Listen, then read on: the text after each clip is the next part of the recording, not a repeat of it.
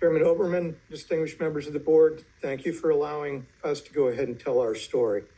My name is Matt Burkhart. I am a Yardmaster with the Burlington Northern Santa Fe.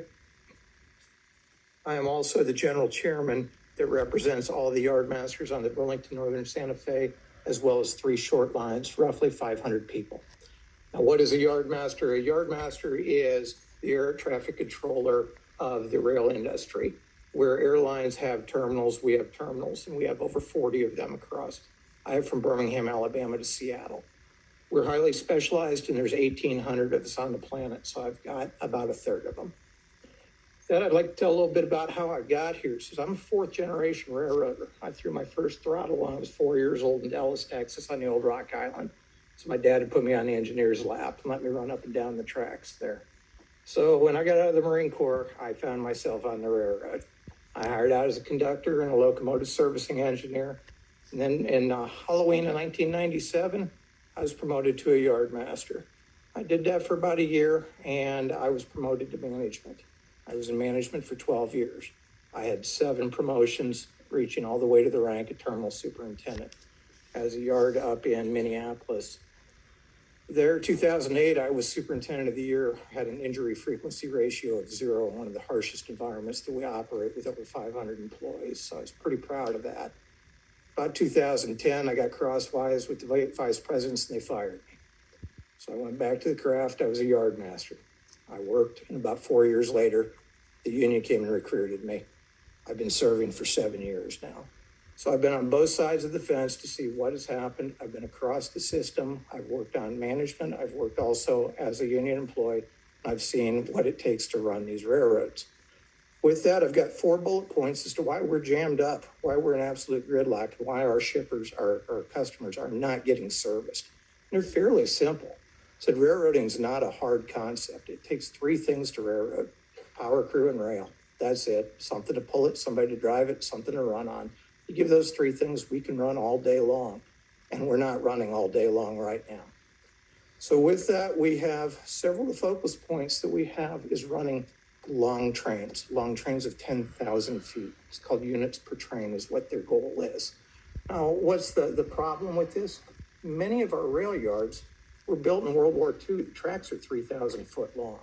They don't fit in one track.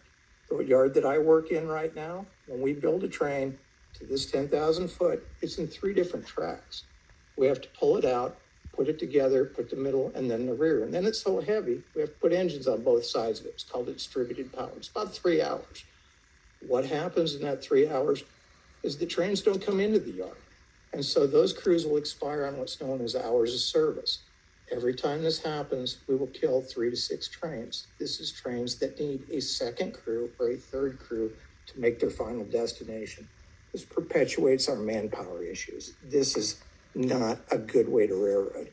I give you a worst case scenario on these trains.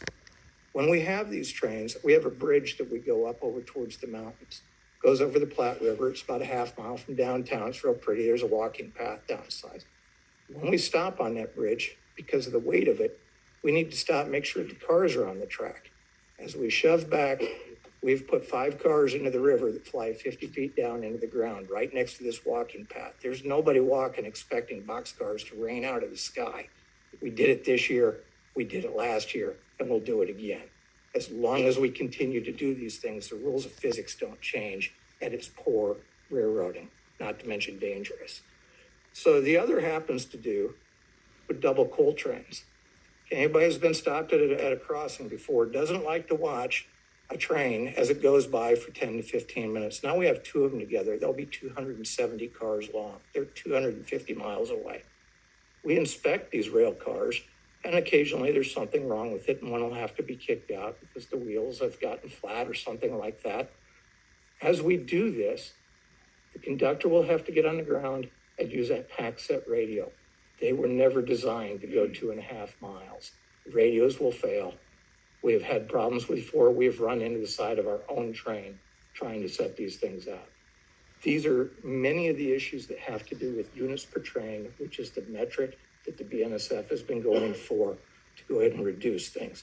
I can tell you a lot of stories, but those are 2 extreme ones. It just does not make sense. It's perpetuating manpower issues. It's dangerous. and it's not servicing our customers. All of it's bad. Let's go to another thing. Let's go to consolidations. Consolidations of terminals. Terminals where they said, we don't really need you here. We'll move the work elsewhere. During the coal boom, we had about 500 coal sets running around. A coal train would come in, would pull into a track right up to the gas pumps. They would service it. The carman would drive along the track, make sure the cars were good. And the train would be there anywhere from 2 hours to 4 hours. In places that we inspected these, when they thought coal was going to go away, they shut down Guernsey, Wyoming, Donkey Creek, Wyoming, Edgemont, South Dakota. Said, we don't need these anymore. And they moved these to sidings in different locations where the train will pull in, we'll pull the power off, and we'll run it to the nearest gas station. And they're 24 to 48 hours. What we used to do in 2 to 3 to 4 hours, we do in 48 now. That means the customers aren't getting a coal cycle time. Where it goes, it perpetuates the problem. It's just not good sense. So we have Wenatchee, Wisconsin. Wenatchee, Washington. I have a rail yard there. It had Yardmasters. It has main line. It has Amtrak. And they decided it would be better to pull the Yardmasters out of there, move them over the mountain into Seattle, where it's done remotely with cameras. Are my people qualified? Yes, they're professionals, but there's nothing like having somebody on site where it is to manage these rail yards. That's why we have jobs. With this, there was a derailment with Amtrak in Montana where passengers were killed. I said, they are our most precious commodity and our most precious cargo that we have. And we have pulled people out because it would be better to do it 100 miles away. It makes no sense. The workload that's been put on my people. We train the officers. We're the warrant officers of the railroad. We bring them up. We teach them what it is to come there. And my people are not federally protected under the hours of service. We work 16 hours a day. And we can work 16 hours a day, 365 days a year. We make a lot of money. Okay, that's good. But this makes no sense with what has been shoved onto and asked of our people. My people are the craft of yes. You tell us, we'll do it. My favorite definition of a yardmaster is, I'm solving problems you don't know you have in ways you wouldn't understand. And that's what we do. So the last thing is that the world would like to believe that the Burlington Northern Santa Fe does not have PSR. And I'm telling you that that's just not true. It has roots all the way back to 2009. 2009, there was a group they called Bestway. Bestway came in, breaking railroad down into 6 different tenants with metrics. And it was based on reducing headcount of people, and it was based on reducing resources. I says it has metrics to this day. It still exists. My son worked for the Union Pacific. When PSR came along, he was in the IT department. He said, Dad, he says, I can't do this. I either am out of a job or double the workload. That's what PSR meant. I said, it makes no sense whatsoever. Things like storing of locomotives. When I was a terminal superintendent, they decided I only needed X amount of locomotives. Well, they break down. It gets cold. It's 30 below. I would talk to Archer Daniel Midland, and they would say, hey, why can't you service us? And I said, as soon as I get an engine, I'll be there. And they would tell me, why don't you have engines? You're the railroad. And I didn't have a good answer. It makes no sense. We shipped them to St. Louis and turned them into razor blades. That's what we did with them. So what needs to be done? I like to look backwards. I've been around here for a long time. I've seen when we really operate well. 2004, the intermodal business units were through the roof. We could not get enough locomotives. As soon as they came out of EMD, they were battleship gray. We didn't even wait to paint them orange. We spray painted numbers on the side and we put them in service, and we serviced our customers. That's what we did.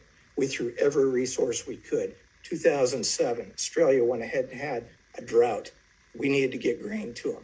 It's a little port down in Houston. We're on a station down there called Gate 8. We would do 2 trains a month. We did 60 trains in there. We threw resources.